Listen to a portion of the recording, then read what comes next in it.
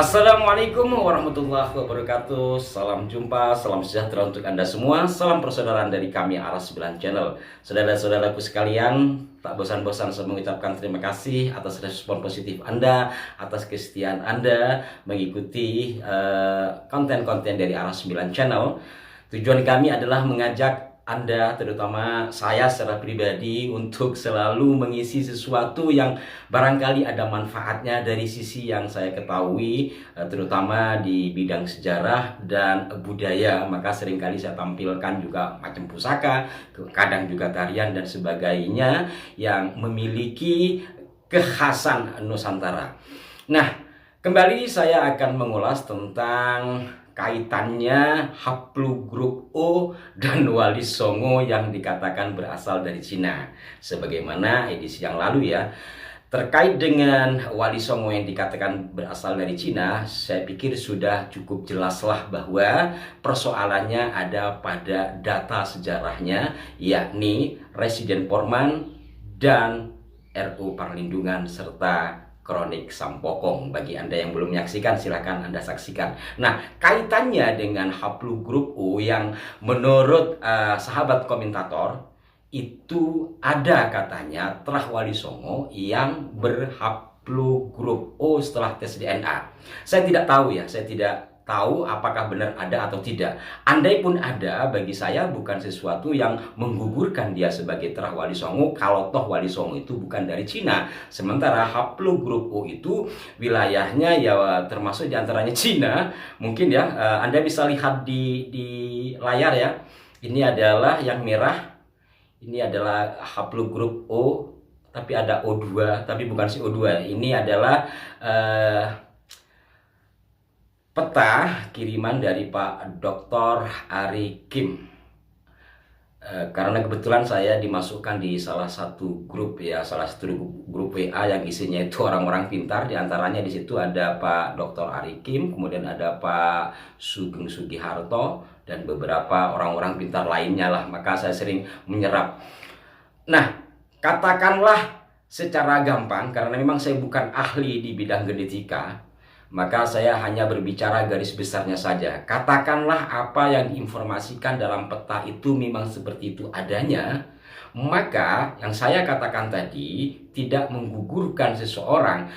Andai pun dia berhaplogrupnya sama dengan orang Cina sekalipun, tidak gugur menjadi Trah Wali Songo. Kenapa?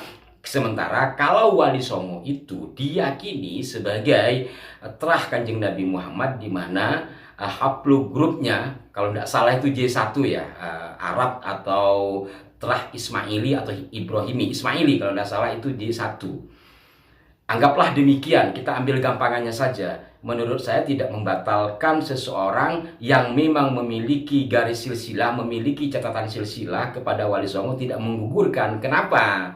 Karena di tradisi kita, yang menurut informasi sahabat saya di Al-Azhar Mesir, katanya di sana sama. Artinya apa? Keturunan itu tidak hanya menghitung dari ayah dalam konteks kekeluargaan. Di Indonesia kan sama, kecuali dalam konteks kerajaan, untuk menjadi putra mahkota ya tetap dari garis bapak. Sementara secara umum garis turunan dari bapak atau dari ibu kita tetap sama kekerabatannya. Maka kalau memang benar ada Trah Wali Songo yang sudah tes DNA, ternyata haplogrupnya O, mungkin saja ia Wali Songonya turunan dari garis ibu.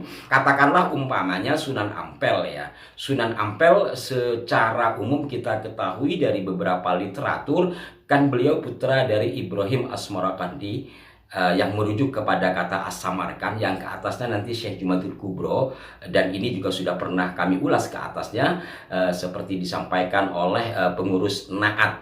Nah, berarti mestinya kan sama sebagaimana hasil DNA putra seorang kiai di Genggong yang selaras gitu, selaras hasil DNA-nya dengan DNA keluarga besar atau Trah Syekh Abdul Qadir Al-Jilani yang berada di Irak sana. Kalau itu garisnya lurus aja ke atas menggunakan jalur bapak, jalur ayah. Sementara di kita katakan, saya katakan tadi, Sunan Ampel. Sunan Ampel memiliki anak perempuan kan. Andai pun umpamanya garis laki-lakinya Sunan Ampel, umpamanya ini ke Sunan Derajat juga memiliki anak perempuan. Maka dari anak perempuan berarti kan kakeknya juga tetap Sunan Derajat, buyutnya juga Sunan Ampel, tapi garisnya perempuan. Sementara secara haplogrup dia kan mengikuti ayahnya. Sementara umpamanya sang ayah ini merupakan orang pribumi dalam pengertian yang haplogrupnya O, ya tetap saja karena garis ini mengikuti garis ayah. Maka ayahnya adalah orang Nusantara gampangannya, atau haplogrupnya yang sama dengan wilayah Austronesia. Sementara dari garis ibu dia memang terah. Maka secara kekerabatan budaya yang ada di Nusantara, terutama ya di daerah saya lah, takut dibicara Nusantara terlalu luas ya.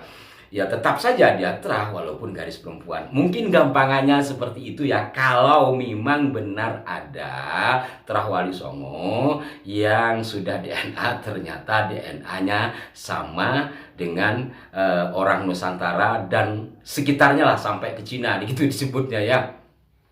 Nah, saudara-saudaraku sekalian, itulah gambaran kasar biar mempermudah bahasan. Walaupun sejatinya kita tidak harus untuk membeda-bedakan ras siapa, turunan dari mana, haplogrupnya apa. Katakanlah umpamanya Kanjeng Nabi Muhammad itu haplogrupnya J1 gitu gampangannya. Beliau putra dari Abdullah bin Abdul Muthalib.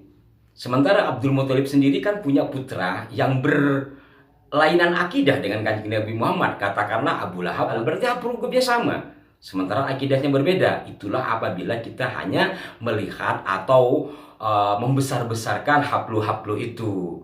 Nah, yang ingin dicapai dari kajian selama ini, menurut hemat saya, menurut telaah saya, yang berkaitan dengan nasab yang diuji atau diteliti oleh Kiai Haji Imaduddin Usman Al-Bantani, yang dari pendekatan pustaka kemudian diimbangi pula dengan uji DNA, ini kan untuk memperkuat data dari pendekatan pustaka dan pendekatan DNA.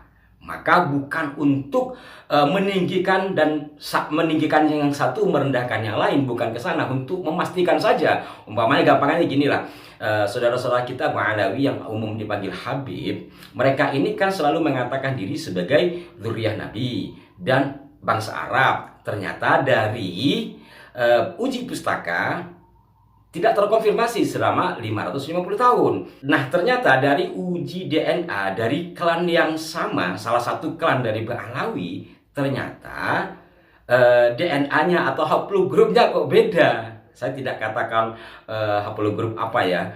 Artinya kok berbeda, mestinya kan sama karena garis lurusnya adalah ayah. Apalagi kita ketahui dengan sistem kafa'ah yang mereka anut, selain Habib kan tidak boleh menikahi Habibah, berarti pantasnya ke atasnya sama semua. Kalau Kanjeng Nabi itu J, pasti ke bawahnya J semua, termasuk habaib. Kalau berbeda, ini kan perlu dipertanyakan, sesuai pula dengan hasil telaah pendekatan pustaka tadi. Itu sebenarnya yang ingin dicapai. Awalnya menurut hemat saya, dari uji pustaka kemudian ada pengembangan, mungkin ini seiring atau sebelumnya sudah ada terkait dengan uji DNA ini, maka make sense, maka selaras itu.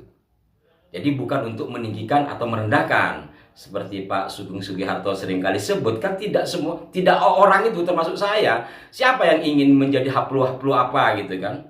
Kan kita tidak bisa minta. Wong itu sudah terjadi sebelum kita dilahirkan, artinya itu sudah ketentuan Allah. Bukan kemauan kita menjadi haplu-haplu apa. Maka jika kita merujuk kepada Quran, sebenarnya sudah beres lah urusan begini kan. Inna khalaqnakum min dzakari wa untha wa ja'alnakum syu'uban wa qabaila lita'arafu. Ujungnya inna akramakum 'indallahi atqakum. Memang sudah kehendak Allah. Allah menciptakan manusia ya, min dzakari wa unsa, dari laki-laki dan perempuan, wa ja'alnakum syu'uban wa qabaila, dan Allah menjanjikan wa ja'alna lan andati akan ingsun Allah kum ing sira kabeh, kan begitu ya. Syu'uban wa qabaila kalau menggunakan terjemahan Departemen Agama kan bersuku-suku dan berbangsa-bangsa, atau mungkin nanti berras-ras, berhaplu-haplu yang berbeda. Tujuannya apa? Lita'arofu, untuk saling mengenal, mungkin juga untuk saling menghormati. untuk saling mencari pengetahuan, tapi puncaknya tetap pada akramakum indallahi atqakum.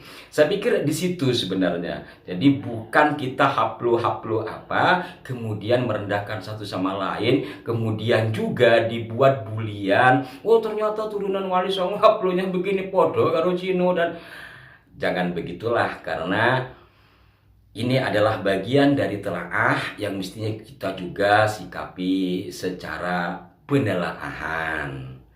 Demikian saudara-saudaraku sekalian, mudah-mudahan bermanfaat. Sekedar salam sapa dan ya berbagi-bagi pengalaman, membuka ruang-ruang kosong yang barangkali bisa menjadi tambahan pemikiran lah, bukan tambahan ilmu ya. Jadi ada manfaatnya, kurang lebih seperti itu.